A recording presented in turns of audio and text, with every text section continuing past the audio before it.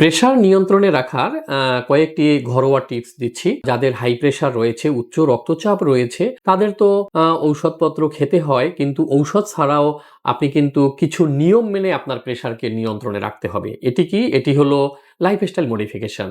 এই লাইফস্টাইল মডিফিকেশনের মধ্যে কি লাইফস্টাইলগুলো আপনার প্রেশার নিয়ন্ত্রণে রাখতে সাহায্য করে সেগুলো হলো, প্রথমত হলো এক্সারসাইজ। আপনি যদি নিয়মিত ব্যায়াম করেন আপনার প্রেশার কমে যাবে। আপনি যদি খাবার-দাবারে কিছু পরিবর্তন আনেন সেখান থেকে প্রেশার কমানো সম্ভব। খাবার-দাবার বলতে আপনার খাবারের ভিতরে বিভিন্ন ফল আ বেশি খেতে হবে, শাকসবজি বেশি খেতে হবে। এতে পটাশিয়াম, ক্যালসিয়াম, ম্যাগনেসিয়াম থাকে।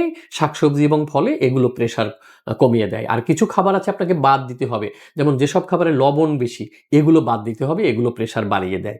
আরেকটি হলো আপনাকে টেনশন মুক্ত রিল্যাক্স লাইফ লিড করতে হবে। আপনি যদি টেনশন না করেন, স্ট্রেস যদি বেশি না নেন, একটু রিল্যাক্স লাইফ লিড করেন, তাহলেও আপনার প্রেশার এখান থেকে অনেকটা কমে থাকবে এবং নিয়ন্ত্রণে থাকবে। এই ৩ টি ঘরোয়া উপায় মেইনটেইন করে কিন্তু আপনি প্রেশার নিয়ন্ত্রণে রাখতে পারবেন।